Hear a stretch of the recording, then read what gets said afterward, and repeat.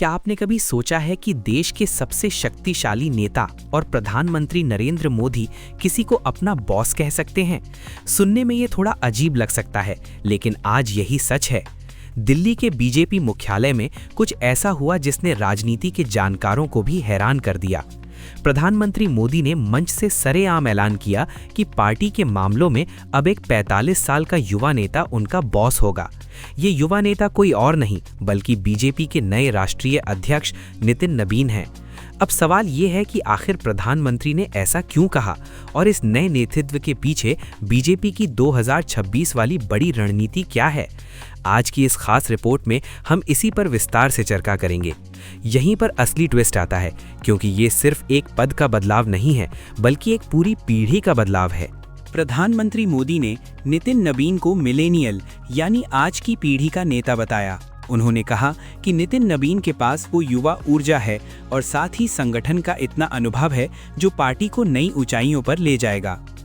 गौर करने वाली बात यह है कि प्रधानमंत्री ने अपने 40 मिनट के भाषण में बार बार नबीन को माननीय कहकर संबोधित किया।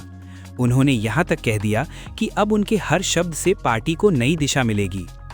पुष्टि हुई जानकारी ये है कि नितिन नबीन को बीजेपी के संगठन पर्व के समापन पर निर्विरोध अध्यक्ष चुना गया है। ये पूरी प्रक्रिया बूथ लेवल से शुरू होकर राष्ट्रीय स्तर तक पहुंची थी। प्रधानमंत्री ने एक बहुत ही दिलचस्प बात कही जो इस समय सोशल मीडिया पर वायरल हो रही है।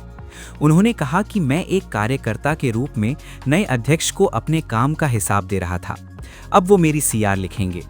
यहाँ सीआर का मतलब कॉन्फिडेंशियल रिपोर्ट से है, जो सरकारी अधिकारियों के काम के मूल्यांकन के लिए इस्तेमाल होती है। मोदी जी ने इसे एक प्रतीकात्मक लहजे में कहा कि अब पार्टी अध्यक्ष ही तय करेंगे कि सरकार और संगठन का तालमेल कैसा है। सबसे ज़रूरी बात यही है कि प्रधानमंत्री ने खुद को एक अनुशासित कार्यकर्ता के तौर पर पेश किया। तो असल सच्चाई क्या है? क्या वाकई बीजेपी में अब फैसले लेने की ताकत बदल गई है? इस पर आपकी राय क्या है? हमें कमेंट्स में ज़रूर बताएं। अब थोड़ा बैकग्राउंड समझते हैं कि ये नितिन नबीन आखिर हैं कौन। 45 साल की उम्र में राष्ट्रीय अध्यक्ष बनना कोई छोटी बात नहीं है। प्रधानमंत्री ने उनके बारे में एक बहुत ही लेकिन इस भाषण में सिर्फ तारीफें नहीं थीं, बल्कि देश की सुरक्षा को लेकर एक सख्त चेतावनी भी थी। प्रधानमंत्री ने घुसपैठियों के मुद्दे पर जोर देते हुए कहा कि घुसपैठिए देश की सुरक्षा के लिए एक बहुत गंभीर खतरा हैं। उन्होंने साफ शब्दों में कहा कि उनकी पहचान करना और उन्हें वापस भेजना देश के लिए बेहद जरूरी है। सामान्य पृष्ठभूमि जानकारी के अनुसार बीजेपी पिछले कुछ समय से इस मुद्दे को राष्ट्रीय स्तर पर उठाती रही है, लेकिन नए अध्यक्ष के सामने प्रधानमंत्री का ये बयान भविष्य की कार्य योजना की ओर इशारा करता है। भाषण का एक और महत्वपूर्ण हिस्सा था कांग्रेस पर कड़ा प्रहार। प्रधानमंत्री ने बीजेपी कार्यकर्ताओं को कांग्रेस की गलतियों से सीखने की सलाह दी। उन्होंने एक ऐतिहासिक आंकड़ा पेश करते हुए बताया कि साल 1984 में कांग्रेस ने लोकसभा चुनाव में 400 से ज्यादा सीटें जीती थीं और उन्हें 50% से ज्यादा वोट मिले थे, लेकिन आज वही। प्रधानमंत्री के अनुसार कांग्रेस की सबसे बड़ी कमी ये है कि उन्होंने अपनी गलतियों को सुधारने की हिम्मत खो दी है।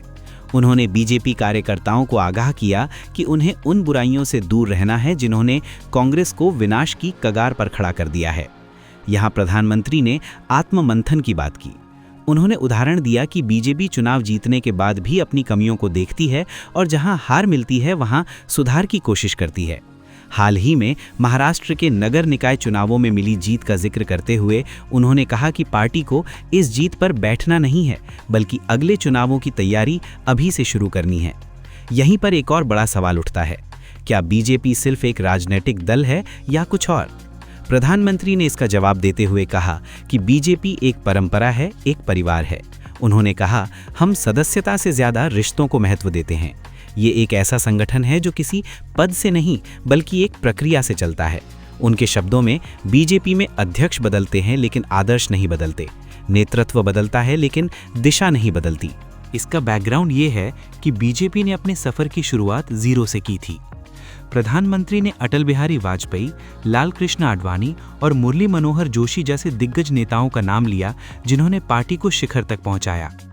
उन्होंने एम वेंकैया नायडू और नितिन गडकरी के योगदान को याद किया, जिन्होंने संगठन का विस्तार किया। राजनाथ सिंह के नेतृत्व में पहली बार बीजेपी ने पूर्ण बहुमत हासिल किया। फिर अमित शाह के दौर में पार्टी ने कई राज्यों में सरकारें बनाई और केंद्र में दोबारा सत्ता में आई। और हाल ही में जेपी नड्डा के नेतृत्व में पार्टी पंचायत से लेकर संसद तक और मजबूत हुई। प्रधानमंत्री ने इन सभी पूर्व अध्यक्षों की मौजूदगी में नितिन नबीन को कमान सौंपी। तो असल में ये एक ऐसी चेन है जो पिछले कई दशकों से मजबूत होती आ रही है। प्रधानमंत्री ने शासन के अलग अलग मॉडलों की तुलना भी की। उन्होंने कहा कि देश ने आज़ादी के बाद वंशवाद की राजनीति, वामपंथी मॉडल, क्षेत्रीय दलों का मॉडल और अस्थिर सरकारों का दौर देखा है, लेकिन आज देश बीजेपी का विकास मॉडल देख रहा है, जिसकी पहचान स्थिरता, सुशासन और संवेदनशीलता है। इस भाषण का सबसे बड़ा टेक अवे ये है कि अब नितिन नबीन की जिम्मेदारी सिर्फ बीजेपी को मैनेज करना नहीं है, बल्कि एनडीए के सभी सहयोगी दलों के बीच तालमेल बिठाना भी है। 2026 और उसके बाद के चुनावों को देखते हुए ये एक बहुत बड़ी चुनौती है। तो क्या नितिन नबीन प्रधानमंत्री की उम्मीदों पर खरे उतर पाएंगे? क्या एक मिलेनियल लीडर पुरानी पीढ़ी के अनुभव को साथ लेकर चल पाएगा? ये तो आने वाला वक्त ही बताएगा।